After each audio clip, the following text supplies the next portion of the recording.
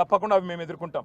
ఇవాళ సంగారెడ్డి కేంద్ర జైల్లో ఇవాళ వాళ్ళందరినీ కలిసిన తర్వాత మాకు అనిపించింది ఒకటే, తప్పకుండా ఈ ప్రభుత్వం పేదవాడి ఉసురు తాకి పేదవాడి కన్నీళ్లలోనే ఇవాళ గిరిజన బిడ్డలు కన్నీళ్లు పెడతా ఉంటే అన్నా మమ్మల్ని కొట్టినారు చూడు అంటే వాళ్ళు నిజంగా కూడా ఒక్కొక్కరు ఇప్పుడే అనిల్ జాదవ్ చెప్పినట్టు 30-40 కిలోలు కూడా లేని పిల్లలు, వాళ్ళు పాపం మాల్ న్యూట్రిషన్తో బాధపడే పిల్లలు, బట్టలు కూడా చక్కగా లేవు. వాళ్ళు కలెక్టర్ను కొట్టినరు, అటెంప్ట్ మర్డర్ అని పెట్టడానికి నీకు మనసెట్లా ఒప్పింది రేవంత్ రెడ్డి అని నేను అడుగుతా ఉన్నా. చేతనైతే మాతోని కొట్లాడు, చేతైతే రాజకీయ నాయకులుగా మాతోని తలపడు, అంతేగాని పేదలకు ఈ రకమైన కష్టం కలిగించవద్దు. బేషరతుగా తెలంగాణ తొలి ముఖ్యమంత్రి కేసీఆర్ గారి ఆదేశం మేరకు ఈరోజు మా పార్టీ నాయకుల బృందం గౌరవనీయులు పెద్దలు శ్రీమతి సత్యవతి రాథోడ్ గారు, ఎమ్మెల్సీ గారు, మాజీ మంత్రి శ్రీనివాస్ గౌడ్ గారు, గౌరవనీయులు సంగారెడ్డి ఎమ్మెల్యే చింతా ప్రభాకర్ గారు, గౌరవనీయులు జహీరాబాద్ ఎమ్మెల్యే మాణిక్రావు గారు, గౌరవనీయులు బోత్ ఎమ్మెల్యే అనిల్ జాదవ్ గారు, గౌరవ కుత్బుల్లాపూర్ ఎమ్మెల్యే సోదరులు కేపీ వివేకానంద్ గారు, గౌరవ ఎమ్మెల్సీ షంబీపూర్ రాజు గారు, గౌరవ ఎమ్మెల్సీ నవీన్ కుమార్ రెడ్డి గారు, అదేవిధంగా మాజీ శాసనసభ్యులు గౌరవనీయులు రామావత్ రవీంద్ర కుమార్ గారు, అదేవిధంగా క్రాంతి గారు, ఇంకా చాలామంది నాయకులు, కార్పొరేషన్ల చైర్మన్లు, ఇంకా చాలామంది మా జాన్సన్ గారు, మాజీ ఎమ్మెల్యే బాల్కా సుమన్ గారు, ఇంకా చాలామంది నాయకులందరం కూడా కలిసి ఈరోజు లగచర్లలో జరిగిన నిరసనలో సమిధలుగా మారిన పేదలు ఎవరైతున్నారో తమ భూములు తమకే ఉండాలి, మార్కెట్లో 60-70 లక్షలు ఎకరానికి ఉన్న భూములు ప్రభుత్వం అడ్డికి పావు షేరుకు రియల్ ఎస్టేట్ దందా చేసేందుకు గుంజుకుంటామంటే, మాకున్న జీవితాన్ని లాగేసుకుంటామంటే, ఉన్న మొత్తం జమీన్ అంతా గుంజుకుంటామంటే అట్లెట్లా ఒప్పుకుంటామని చెప్పి 9 నెలలుగా పోరాటం చేస్తున్న లగచర్ల, హకీంపేట, ఆ పక్కనే ఉండే 2 తాండాల అన్నదమ్ములు, ఆడబిడ్డలు నిన్న మొన్న ఈరోజు వరుసగా రాష్ట్రం మొత్తం చూస్తుంటే రోధిస్తున్నారు, ఆక్రోషిస్తూ ఉన్నారు. కష్టపడి సాధించుకున్న తెలంగాణలో ఇవాళ ఒక రాబందు మాదిరిగా రేవంత్ రెడ్డి అనాలోచితంగా ఏ ఫార్మా కంపెనీలు అంటే కాలుష్యం అని ఆయననే ప్రచారం చేసిండో అదే ఫార్మా కంపెనీని కొడంగల్ తెస్తా, ఇక్కడ పెడతా, దానికి 3000 ఎకరాలు కావాలా అని చెప్పి పేదల భూములు గుంజుకుంటుంటే వాళ్ళు మరలబడ్డారు. వాళ్ళు మరలబడితే 9 నెలలు వాళ్ళు పోరాటం చేసినా ఎవడూ పట్టించుకోకపోతే అధికారులు వస్తే వాళ్ళు నిరసన చెప్పినారు. నిరసన చెప్తే అందులో చాలా దుర్మార్గమైన పరిస్థితి. వాళ్ళ మేము ఇక్కడ ఉన్న 16 మందిని కలిసినాం. వాళ్ళల్లో ఒక ప్రభుత్వ ఉద్యోగి ఉన్నాడు, ఒక పంచాయత్ సెక్రటరీ, సోదరుడు పేరు రాఘవేంద్ర యాదవ్. ఆ తమ్ముడు చెప్తున్నాడు, అన్నా నేను ఇది మరి వీళ్ళు ఎట్లా పనిచేస్తున్నారో నాకు అర్థం కావట్లేదు, నేను ప్రభుత్వమే చెప్పిన కులగణన అనే కార్యక్రమంలో దినమంతా పాల్గొన్నా, వచ్చి ఆ సంఘటన జరిగినప్పుడు అక్కడ లేను కూడా లేను, సాయంత్రం మొత్తం వేరే మండలంలో పాల్గొని నేను ఇంటికి వస్తే సాయంత్రం నన్ను గుంజుకపోయినారని చెప్తా ఉన్నాడు. ఇంకొక తమ్ముడు ఇంకా దారుణం అదైతే, అసలు ఆయనకు సంబంధము లేదు, ఆయన ఎక్కడో వనపర్తిలో ఐటీఐ చదువుకుంటున్నాడు. ఆ పిల్లోడు ఒక గిరిజన పిల్లగాడు, ఆయన బస్సు ఎక్కి వనపర్తిలో ఈ సంఘటన జరిగిన తర్వాత మా ఇంటోళ్ళు ఎట్లున్నారో అని చెప్పి సాయంత్రానికి చేరుకున్నాడు. సంఘటన అంతా అయిపోయిన తర్వాత ఆయనను పట్టుకుపోయి ఈరోజు జైల్లో తీసుకొచ్చి పెట్టినారు. మేము అడిగినాం ఏం జరిగింది అని. ఏం జరిగింది అంటే వాళ్ళు చెప్పేది ఒకటే, అన్న మొత్తం 60-70 మందిని మొదలు అరెస్ట్ చేసినారు, 2 DCMలలో ఎక్కించుకొని తీసుకొని పోయినారు. మా దుద్యాల మండల కాంగ్రెస్ పార్టీ అధ్యక్షుడు ఆయన పేరు శేఖరు, ఆయన అనుచరులు కూడా ఈ దాడిలో పాల్గొన్నారు. ఎందుకంటే కాంగ్రెస్ వాళ్ళ భూములు కూడా పోతున్నాయి. వాళ్ళ పేర్లు కూడా చెప్పినారు మాకు, రమేషు, ఇంకా 4 పేర్లు చెప్పినారు సార్. పేర్లు నరసింహులు, రమేషు, ఇంకా రాములు నాయక్ అని కాంగ్రెస్ వాళ్ళు వాళ్ళ భూములు పోతుంటే వాళ్ళు దాడి చేసినారన్న. మొత్తం 70 మందిని తీసుకుపోయినారు. ముందు తీసుకుపోయినాక తిరుపతి రెడ్డి ఫోన్లో ఆదేశాలు ఇస్తున్నాడు.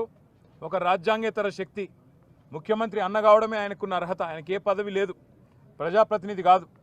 కలెక్టర్లు ఆయన ముంగట మోకరిల్లాల. ఇవాళ అధికారులు మొత్తం ఆర్డీఓలు, పోలీసోళ్ళు ఆయన చెప్పినట్టు ఆడాల. కొడంగల్కు ఆయన చక్రవర్తి, రారాజు. రేవంత్ రెడ్డి కాదు, అక్కడ రేవంత్ రెడ్డిది ఏం చెల్లదట, తిరుపతి రెడ్డిదే నడుస్తుందట. ఆ తిరుపతి రెడ్డి శిష్యుడు శేఖరు మండల కాంగ్రెస్ పార్టీ ప్రెసిడెంట్. ఈ 70 మందిని తీసుకపోతే 2 డీసీఎంలు ఎక్కించి తీసుకపోతే అందులో ఎవరెవరు బీఆర్ఎస్ వాళ్ళు వాళ్ళను మాత్రమే ఇవాళ 21 మందిని రిమాండ్కు పంపినారు, మిగతా వాళ్ళందరినీ ఇంటికి పంపినారు. అలా కాంగ్రెస్ వాళ్ళు దాడి చేసిన వాళ్ళల్లో ఇప్పుడు నేను చెప్పిన పేర్లు ఉన్నాయి, వీడియోలో కనబడతారు, మీరు చూడండి. వాళ్ళని మాత్రం ఇంటికి పంపి ఎవరెవరైతే బీఆర్ఎస్ వాళ్ళో వాళ్ళనే పెట్టండి జైల్లో అని చెప్పి ఈ దాడి మొత్తం బీఆర్ఎస్ వాళ్ళే చేయించిండ్రు. ఈ దాడి మొత్తం రాజకీయ దాడి, ప్రజలు చేసింది కాదు అనే ఒక కుట్ర ప్రభుత్వం చేస్తున్నది. అనుముల రేవంత్ రెడ్డి చేస్తున్నాడు, ఆయన అన్న అనుముల తిరుపతి రెడ్డి ఆ మండల కాంగ్రెస్ పార్టీ అధ్యక్షుడు చేస్తూ ఉన్నాడు. వాళ్ళ బీఆర్ఎస్ వాళ్ళనే తీసుకొచ్చి జైల్లో పెట్టడం అంటే వాళ్ళ ఉద్దేశం ఒకటే, తమ చాతగాని తనాన్ని 9 నెలలుగా తమ ప్రభుత్వం విఫలమైన పద్ధతిని ఇవాళ దాచుకోవడానికి ముఖ్యమంత్రి నియోజకవర్గంలో అధికారులకు జరిగిన పరాభవానికి ఇవాళ ఏం చెప్పాలనో తెలియక సిగ్గు లేకుండా దీనికి రాజకీయ రంగు పులిమి వాళ్ళని బెదిరించే ప్రయత్నం చేస్తూ ఉన్నారు. ఇంకా అరాచకం ఏంటంటే 21 మంది మొత్తం ఎస్సీ ఎస్టీ బీసీ రైతులు, ఒక ఆయన విష్ణువర్ధన్ రెడ్డి అని ఆయన కూడా ఉన్నాడు, ఆయన కూడా పాపం ఇంట్లో ఉన్నాడు. వాళ్ళందరినీ పిచ్చి కొట్టుడు కొట్టినారు, చిత్రహింసలు పెట్టినారు, 3rd డిగ్రీ టార్చర్ పెట్టినారు. కొడంగల్ సిఐ, కొడంగల్ ఎస్ఐలు, వికారాబాద్ ఎస్పీ ఆయన పేరు నారాయణ రెడ్డి, వీళ్ళంతా కలిసి వీళ్ళను చిత్రహింసలు పెట్టినారు. 3 గంటలు కొట్టినారు. ఒక్కొక్కరిని చూస్తూ ఉంటే ఇప్పుడే మా అక్క చెప్పినట్టు కాళ్ళు చేతులు కమిలిపోయి ఉన్నాయి. మేము అడిగినాం, మరి ఎందుకు మెజిస్ట్రేట్ ముంగట చెప్పలేదు, కొట్టినాడు ఎందుకు చెప్పలేదు అన్నాం. మీరు చెప్తే మళ్ళా కొడతాం, మీ ఇంటికి పోయి మీ ఇంటోళ్ళని కొడతామని చెప్పినారు. మిమ్మల్ని మళ్ళా కొడతాం, జైల్లో కొడతాం, ఇంటికి పోయి మీ ఇంటోళ్ళని కూడా కొడతామని చెప్పినారు. ఎంత అమానవీయంగా, ఎంత క్రూరంగా అంటే ఇంటి మీదికి వీళ్ళనేమో జైలుకు పంపినారు. ఇంటి మీదికి బందిపోట్లను పట్టుకరానికే, ఒసామా బిన్ లాడెన్ లాంటి తీవ్రవాదులను పట్టుకరానికే ఎట్లయితే కూంబింగ్ ఆపరేషన్ చేస్తారో 100 మంది పోలీసులు వచ్చి ఇంటింటికి పోయి తలుపులు దర్వాజాలు తన్నుకుంటూ, గుద్దుకుంటూ, పగలగొట్టుకుంటూ, తాగి బూతులు మాట్లాడుతూ కొంతమంది ప్రైవేట్ వ్యక్తులు, నేను పోలీసు వాళ్ళు అంటలేను, ప్రైవేట్ వ్యక్తులు కొంతమంది కాంగ్రెస్ పార్టీకి సంబంధించిన వాళ్ళు తాగి బూతులు మాట్లాడుతూ ఆ ఇండ్ల మీద దాడి కూడా చేయడం జరిగింది. అక్కడ ఉన్న మహిళలు, అక్కడ ఉన్న ముసలోళ్ళని భయభ్రాంతులు, పిల్లలని భయభ్రాంతులకు గురి చేయడం జరిగింది. వాళ్ళ రేవంత్ రెడ్డి కాంగ్రెస్ పార్టీ ఒకటి గుర్తుపెట్టుకోవాలా, భూమి మీద ఎవడు శాశ్వతంగా ఇక్కడే ఉండడానికి రాలే. నీ పదవి కూడా 5 ఏళ్ళే. అందులో మీ ఢిల్లీ వాళ్ళ కోపం వస్తే రేపో ఎల్లుండే తీసి పారేసినా కూడా దిక్కులేదు నీకు. నేను ఒకటే గుర్తు చేస్తున్నా, రేవంత్ రెడ్డి చక్రవర్తివి కాదు, నువ్వేమి రాజువు కాదు, నువ్వేమి పెద్ద నియంతవు కాదు. నీలాంటి వాళ్ళు చాలామంది వచ్చిండ్రు, చాలామంది వస్తారు ఇంకా భవిష్యత్తులో. ఒకటి మాత్రం పక్కా, పేదవాళ్లతోని ఎస్సీ ఎస్టీ బీసీలు, చిన్న సన్నకారు రైతులు ఉన్న మొత్తం భూమిని నేను గుంజుకుంటా, ఏమన్నా చేస్తా, నేను కొడంగల్ మాత్రం మా అల్లునికి ఫార్మా కంపెనీ పెట్టిస్తా అంటే ఇది తెలంగాణ సమాజం మాత్రం తప్పకుండా తిరగబడుతుంది. ఇలా కొడంగల్ మరలబడ్డది, రేపు తెలంగాణ మొత్తం మరలబడుతుంది. నీకు బాగా ఉన్నది, ఏదో కుట్ర అని చెప్పాలి, ఏందో జరిగిందని చెప్పాలి, జైల్లో పెట్టాలి. మా పట్నం నరేందర్ రెడ్డిని కూడా జైల్లో పెట్టిండు. సరే, రాజకీయ నాయకులను మమ్మల్ని జైల్లో పెడితే పెట్టినావు, మేము చూసుకుంటాం.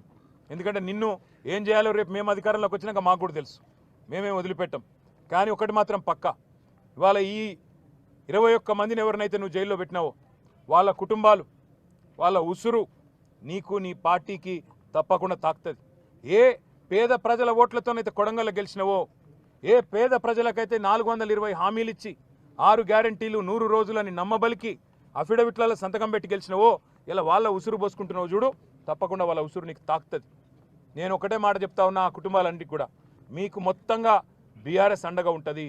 తప్పకుండా 21 కుటుంబాలను మిమ్మల్ని బయటికి తీసుకొచ్చేదాకా బెయిల్ మీద న్యాయ పోరాటం మేమే చేస్తాం. రాఘవేంద్ర యాదవ్ అనే తమ్ముడికి నేను చెప్పిన, తమ్ముడు నా ఉద్యోగం ఏమవుతుంది అన్నా అని అడిగిండు. నీ ఉద్యోగం ఏం కాదు, రేవంత్ రెడ్డి మెడలు వంచైనా సరే నీ ఉద్యోగం అవసరమైతే సుప్రీంకోర్టు దాకా కొట్లాడతాం, నీ ఉద్యోగం పోనీయం తమ్ముడు అని చెప్పిన. అట్లాగే మిగతా తమ్ముళ్ళు కూడా ఎవరైతే భయపడుతున్నారో ఇవాళ తిరుపతి రెడ్డి దౌర్జన్యాలకు, పోలీసు వాళ్ళ దురాగతాలకు భయపడుతున్నారో వాళ్ళకు నేను విజ్ఞప్తి చేస్తా ఉన్నా, మిమ్మల్ని ఇంతకంటే పీకేదేం లేదు. ఇప్పటికే కేసులు పెట్టిండ్రు, అటెంప్ట్ మర్డర్ కేసు పెట్టిండ్రు, ఇక జైలు అనేది తెచ్చి పెట్టిండ్రు. ఇంతకంటే మీకేం పీకేదేం లేదు, ఇంకా ఉరి శిక్ష వేసేదైతే లేదు. ఆడ జరిగిన దాన్ని ఏదో దానికి మసిపూసి మారేడికాయ చేసి పెద్దగా చేసే ప్రయత్నం చేసి తన అసమర్థతను, తన చేతగాంతనాన్ని, తన చేవలేనితనాన్ని ఇవాళ రేవంత్ రెడ్డి కప్పిపుచ్చుకునే ప్రయత్నం చేస్తూ ఉన్నాడు. ధైర్యంగా ఉండండి, ప్రజాస్వామ్యబద్ధంగా కొట్లాడదాం. 60-70 లక్షల ఎకరం విలువ చేసే భూమిని 10 లక్షలకి అడ్డికి పావుషేరు గుంజుకుంటానంటే తప్పకుండా మీకు అండగా మేముంటాం. న్యాయస్థానాల్లో కూడా మీకు అండగా మేము నిలబడతాం. ఎవ్వరు కూడా బెదిరించినా, ఎందుకంటే వాళ్ళు భయపడుతున్నారు, బయటికి వచ్చినాక బెదిరిస్తారన్నా, మళ్ళీ కేసులు పెడతారన్నా, మళ్ళీ జైలుకు పంపుతారన్నా, మేము సంతకాలు పెట్టాల్సి వస్తుందేమో అన్నా అని చెప్పి వాళ్ళు